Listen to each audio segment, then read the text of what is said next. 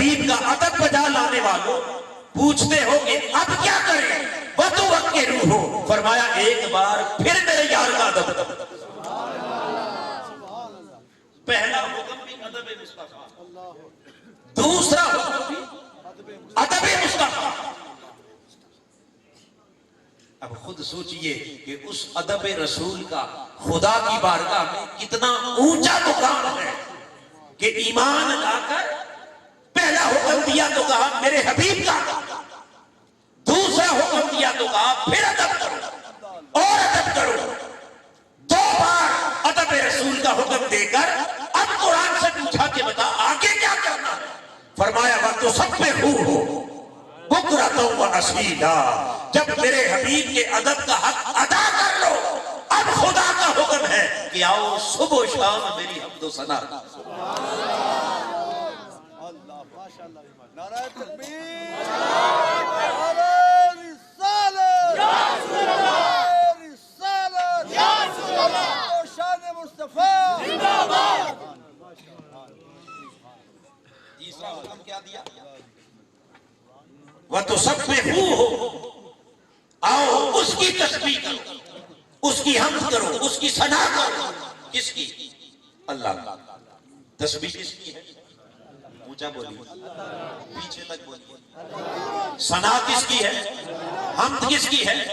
عبادت کس کی ہے؟ بندگی کس کی ہے؟ بکرۃ واسیلا، صبح و شام خدا کی حمد و ثنا کرو، مگر خدا کی حمد و ثنا بعد میں کرنا، مصطفیٰ کا ادب پہلے کرنا۔ بولیے مصطفیٰ کا ادب پہلے ادب مصطفیٰ ہے، پھر عبادت خدا، پھر عبادت خدا ہے۔ ارے لوگوں، یہ بات میں نے مضمون یہ شروع اس لیے کیا تاکہ آپ کو یہ خبر ہو جائے کہ ہم کس کی محفل میں آگے بیٹھے ہیں، کس آقا کی ذکر کی محفل میں بیٹھے ہیں، ارے کس کے حضور بیٹھے ہیں۔ آؤ اس قدر سراپا ادب بن جاؤ کہ یہ وہ مقام ہے کہ جس ادب کو خدا نے اپنی عبادت سے بھی پہلے رکھا، جس ادب کو خدا نے اپنی بندگی سے بھی بولیے پہلے رکھا۔ کہیں ایسا نہ ہو کہ اس ادب میں معمولی سی لغزش ہو جائے تو ہم کچھ لینے کے بجائے، کچھ حاصل کرنے کے بجائے پہلے سے بھی جاتے رہے، محروم ہو جائیں۔ سو اس ادب کا حق یہ ہے کہ آؤ سب سے پہلے میرے آقا کی اس مجلس میں بیٹھو تو کیسے؟ ادب کا پیکر بن کے۔ کس کا پیکر؟ بولیے۔ اور ادب کا پیکر بننے کا معنی یہ ہے کہ اپنے دلوں کو حضور کے گنبد خضرا کا مرکز بنا، توجہات آقا کی طرف کر لو، نگاہیں جھکی ہوئی ہوں، اور پھر عجز اور انکساری کا پیکر بن کے جذبات شکر کے ہوں کہ مولا تیرا کرم ہے کہ ہم جیسے گناہگار اور تیرے مصطفیٰ کی اتنی اعلیٰ محفل، اتنی حسین بزم، اس بزم میں بلانے والے تیرا بھی شکر ہے اور اس مجلس میں ہمیں لانے بٹھانے والے تیرا بھی شکر۔ یہ معنی ہے وَتُعَزِّرُوهُ وَتُوَقِّرُوهُ وَتُسَبِّحُوهُ بُكْرَةً وَأَصِيلًا۔ اب حاضرین محترم، آئیے جب یہ مضمون ادب قرآن نے شروع کیا، اس کے لیے پہلا حکم کیا دیا؟ وَتُعَزِّرُوهُ، یعنی ایمان لا کر سب سے پہلے میرے حبیب پر کیا لاؤ؟ میرے حبیب پر ایمان لا کر پہلے کیا کرو؟ حضور کا ادب۔ وَتُوَقِّرُوهُ کا معنی بھی ادب ہے، اور تُسَبِّحُوهُ کا معنی اللہ کی تسبیح۔ اب جب پہلا حکم دیا تو بڑی خاص اور توجہ طلب بات جو عرض کرنے لگا ہوں یہ کہ اللہ نے اپنے حبیب کے ادب کے لیے وَتُعَزِّمُوهُ نہیں کہا، کیا؟ وَتُعَزِّمُوهُ، جس کا معنی ہے تعظیم۔ کیا معنی؟ اللہ نے تعظیم کا حکم نہیں دیا، بولیے تعظیم کا حکم، بلکہ کس کا حکم دیا؟ وَتُعَزِّرُوهُ، لفظ استعمال کیا تعظیم. کون سا لفظ ہے؟ تعظیم. تعظیم نہیں بلکہ تعظیم.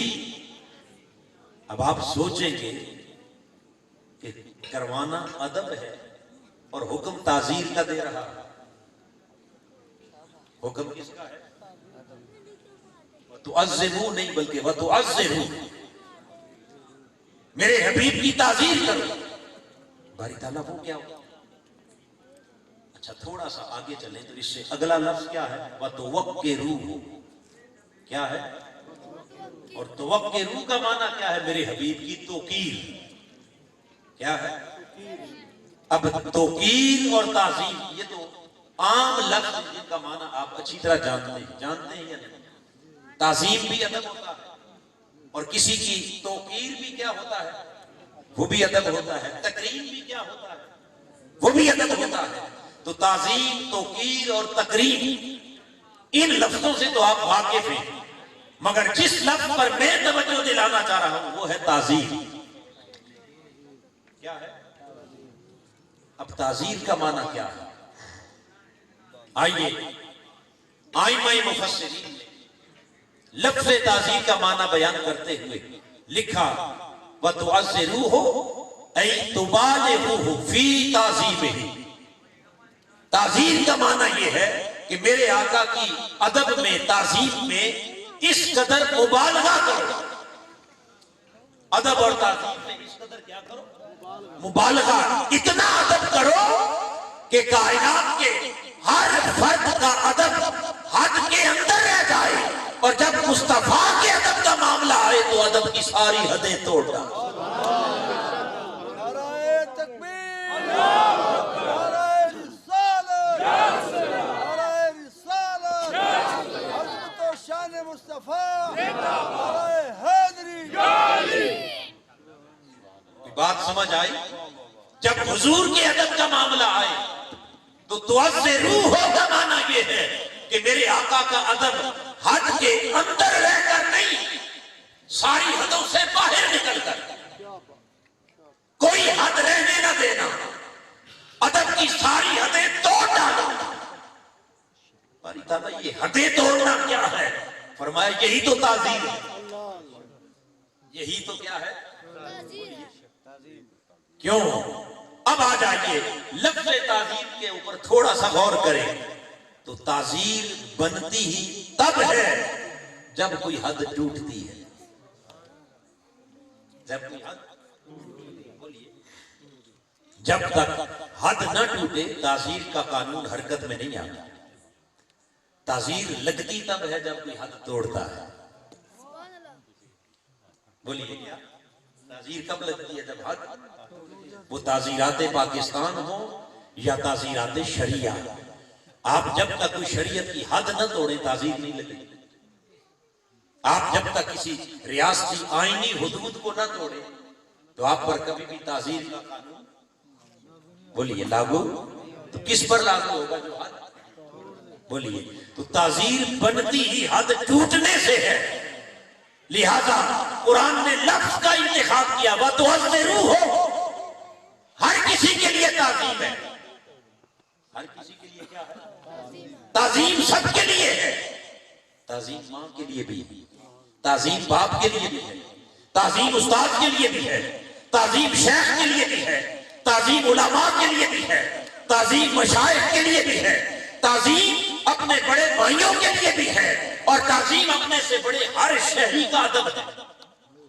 تعظیم ہے، مگر باری تعالیٰ میرے محبوب کا ادب کس درجے میں کرے؟ میرے محبوب کا ادب کس درجے میں؟ باپ سمجھ کے ادب کرے، استاد سمجھ کے ادب کرے، بڑا بھائی سمجھ کے ادب کرے، بڑا بھائی سمجھ کے ادب کرے، یا عام بڑا بزرگ شہری سمجھ کے ادب کرے؟ کس درجے میں ادب؟ فرمایا وَتُعَزِّرُوهُ. سب کا ادب حد کے اندر ہے. ماں باپ ہو، استاد ہو، شیخ ہو، بزرگ ہو، سب کا ادب کرو، مگر ادب ایک حد کے اندر رہ کے کرنا. جب معاملہ آئے ادب مصطفیٰ کا تو تعزروہ کا معنی یہ